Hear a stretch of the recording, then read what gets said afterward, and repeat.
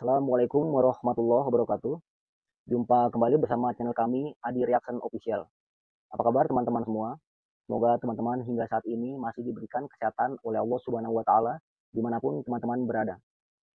Dan terima kasih ya yang telah subscribe channel kami dan masih setia pada channel kami.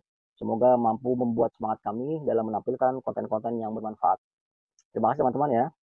Nah, pada kesempatan kali ini saya ingin membahas tentang ya sedikit sejarah pada masa lalu ya, yakni sejarah raja-raja pra-Islam teman-teman ya, untuk sedikit menambah wawasan ya, bagaimana sejarah masa lalu terjadi perebutan kekuasaan ya, dengan eksekusi, dengan pembunuhan yang mungkin di Islam pun hampir sama story-nya ya, ketika pasca Nabi Muhammad SAW dari zaman Abu Bakar As-Siddiq, Umar bin Khattab, Utsman bin Affan, Ali bin Abi Thalib, itu bahkan kematiannya sungguh mengenaskan dan itu menjadi cerita tragedi yang nyata ya secara faktual ya teman-teman ya. Nah di sini pun hampir sama ya kemiripan dengan cerita pada masa lalu ya, di mana seorang raja yang matinya pun mengenaskan ya, bahkan oleh anaknya nanti terjadi balas dendam dan begitu seterusnya ya, hingga yang terakhir itu konon diwariskan oleh Ranggawuni ya, di mana Ranggawuni ini adalah anak dari Anusapati ya teman-teman ya. Nah di sini saya khususkan sementara teman-teman ya, saya membahas tentang Ken Arok ya.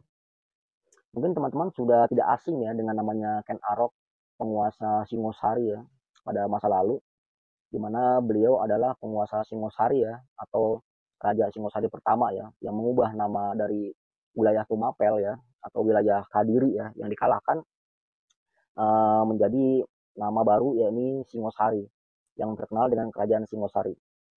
Nah, di sini coba saya singkat ya teman-teman ya, biar mudah dicerna ya poin-poinnya. Yang penting tidak saya detailkan. Nanti saya berikan referensinya kepada teman-teman apabila ingin mengetahui ya. Ken Arok ini termasuk salah satu yang hidup ya dari golongan miskin, di mana keluarganya tidak memiliki apa-apa, bahkan saking miskinnya Ken Arok dibuang di Sungai Berantas teman-teman. Walaupun ada beberapa versi, cuman dari versi-versi yang lain tetap sama ya. Ken Arok mau dari keturunan siapa ya, tetap ceritanya bahwa Ken Arok dibuang di Sungai Berantas. Nah, di Sungai Berantas Ken Arok ditemukan oleh perampok teman-teman ya, perampok yang bernama Lembong. Nah, dari Lembong inilah perampok yang sangat terkenal di wilayah Tumapel yang membesarkan Ken Arok. Dan Ken Arok sudah biasa dalam kondisi seperti itu ya, kondisi kekerasan, mengikuti gaya Lembong dengan merampok sana sini, sehingga Ken Arok dibesarkan dalam keadaan seperti itu ya. Nah, pada suatu ketika Ken Arok sempat ditangkap teman-teman, dan dengan siasatnya, dengan apa namanya cerdiknya, beliau mampu bebas lepas dari penangkapan tersebut ya. Dan bertemulah Ken Arok teman-teman dengan yang bernama Loh Gawe. Dari Loh Gawe inilah Ken Arok berubah diri secara perilaku, secara sikap atau sifat kata. Loh Gawe mengajarkan kebajikan kepada Ken Arok ya. Dan Ken Arok mampu diberikan suatu petuah nasihat yang bisa menjadi orang baik tanpa harus merampok. Nah, kehidupan Ken Arok semakin baik teman-teman ya, ketika dari Loh Gawe ini diperkenalkan dengan yang namanya Tunggul Ametung. Tunggul Ametung ini adalah penguasa dari Tumapel teman-teman ya, wilayah Tumapel. Ketika Loh Gawe memperkenalkan Ken Arok kepada Tunggul Ametung, disitulah terjadi perubahan ya pada diri Ken Arok ya secara sosial. Kenapa? Karena otomatis ya setelah Ken Arok dijadikan pengawal istana, otomatis secara sosial kan berubah ya teman-teman ya. Sehingga di sini Ken Arok pada masa lalu adalah pengawal istana yang rajanya bernama Tunggul Ametung teman-teman ya, di wilayah Tumapel. Nah, ketika Ken Arok menjadi pengawal istana, posisi Tunggul Ametung ini sedang mencintai gadis desa nih ya. Konon seperti itu ceritanya teman-teman ya. Gadis desa yang bernama Ken Dedes. Ken Dedes adalah seorang putri rohaniawan Buddha ya pada masa lalu ya, yang bernama kalau nggak salah Empu Purwa ya. Dan karena beliau rohaniawan Buddha, otomatis kegiatannya sering bertapa ya, atau tapa yang terkenal ya, atau apa ya, merenung, kontemplasi ya, teman-teman sudah tahu ya arti bertapa. Nah, dalam kondisi seperti itu Ken Dedes sedang di rumah sendiri ya, dan Tunggul Ametung memanfaatkan situasi seperti itu teman-teman ya. Bahkan beliau menculik Ken Dedes ya untuk menjadi istrinya. Bisa dikategorikan mempersunting secara paksa teman-teman ya. Pada posisi itu Ken Arok itu masih menjadi pengawal istana teman-teman. Jadi ketika Tunggul Ametung mempersunting secara paksa Ken Dedes, posisi Ken Arok di sini sebagai pengawal, otomatis Tunggul Ametung dan Ken Dedes menjadi majikannya ya. Ya teman-teman ya, sudah paham mungkin ya. Nah, dalam perjalanannya, tiba-tiba Ken Arok menaruh hati kepada Ken Dedes, teman-teman. Di mana Ken Dedes adalah majikannya yang dipersunting secara paksa oleh Tunggul Ametung ya, seperti yang tadi saya ceritakan. Nah, bagaimana agar dapat mempersunting Ken Dedes, sedangkan satu sisi kan Ken Dedes kan istri dari majikannya ya, yang merubah hidupnya, yakni Tunggul Ametung, penguasa wilayah Tumapel ya. Ada niat buruk ya dari seorang Ken Arok ya, untuk mendapatkan pujaan hatinya yang notabene adalah majikannya, yakni Ken Dedes. Beliau mempunyai niat membunuh Tunggul Ametung. Nah, Ken Arok ini mengatur siasat dan meminta dibuatkan senjata yang sangat terkenal ya, sebilah keris yang dibuatkanlah oleh Empu Gandring. Nah, mungkin teman-teman sudah tahu ya bagaimana dahsyatnya ya seorang Empu Gandring yang hingga saat ini ketika kita menyebut keris, keris Empu Gandring. Nah, itulah ceritanya Empu Gandring yang membuat keris ya, sehingga dinamakan keris Empu Gandring. Nah, Ken Arok tidak sabaran ya, mungkin ya, karena terlalu lama pembuatan keris tersebut, yang menurut Empu Gandring memang perlu waktu lama ya, karena kan keris yang mungkin ya tidak biasa, keris yang mungkin keris yang bisa dijadikan keris pusaka teman-teman, sehingga perlu waktu pembuatannya. Nah, Ken Arok tidak sabar sehingga meminta keris tersebut kepada Empu Gandring, yang akhirnya Empu Gandring pun dibunuh oleh Ken Arok dengan keris tersebut teman-teman. Nah, ini cerita nih masa lalu nih ya, bagaimana bagaimana posisi Ken Arok pada masa lalu, yang gara-gara seorang wanita beliau bisa membunuh ya dua orang sekaligus, yakni Empu Gandring dan Tunggul Ametung, yang notabene adalah pemimpin wilayah pada masa lalu ya di Tumapel, dan posisi Ken Arok menjadi pengawal istananya. Ini satu perbuatan yang mungkin ada kaitan dengan masa lalu teman-teman ya, bagaimana beliau Ken Arok ya, mantan berandal yang menjadi raja ya. Jadi sifat-sifat berandalnya, sifat-sifat perampoknya, sifat-sifat sadisnya, sifat-sifat sadisnya itu masih melekat ya dengan pembuktian seperti ini teman-teman ya. Empu Gandring dibunuh, Tunggul Ametung dibunuh demi hasrat tercapai ya, yakni mempersunting Ken Dedes.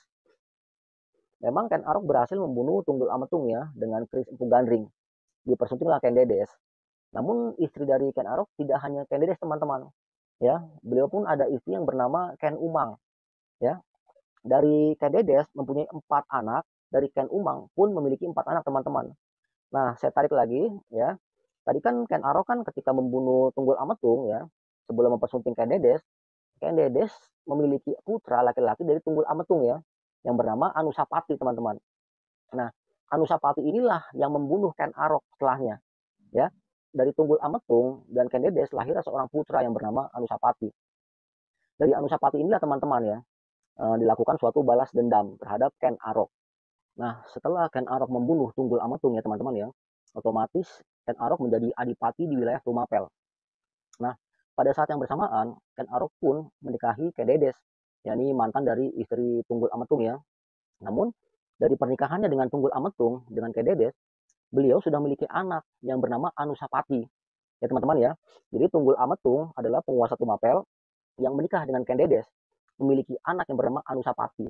Lalu Tunggul Ametung dibunuh oleh Ken Arok dan Ken Dedes dinikahi oleh Ken Arok ya. Pada masa itu ketika Ken Arok menjadi adipati Tumapel, kondisinya itu wilayahnya ya semakin kuat, semakin bagus sejak dipegang Ken Arok ya. Terlepas dari caranya ya, beliau naik menjadi adipati. Nah, pada saat yang sama ya, kerajaan Kadiri yang dipimpin oleh Kertajaya itu mengalami kemunduran ya, di mana Kertajaya itu konon mengaku sebagai titisan Dewa Siwa, ya seakan-akan kaum Brahmana itu terganggu dan terintimidasi ya pada masa lalu ya. Sehingga dari sebagian golongan Brahmana ya, yang tidak suka dengan pemimpin dari atau raja dari Kertajaya, sehingga rata-rata dari mereka itu melakukan perjalanan atau mengungsi ke wilayah Tumapel. Nah, wilayah itulah yang dipegang oleh tokoh yang bernama Ken Arok teman-teman ya. Sehingga ketika mereka pergi ke daerah Tumapel, Ken Arok seakan-akan mendapat suatu dukungan ya. Ketika kaum Brahmana meninggalkan atau eksodus ya dari wilayah negara Kadiri ke daerah Tumapel yang menjadi wilayah kekuasaannya, seakan-akan Ken Arok ini mempunyai suatu dukungan ya dari kaum Brahmana teman-teman ya.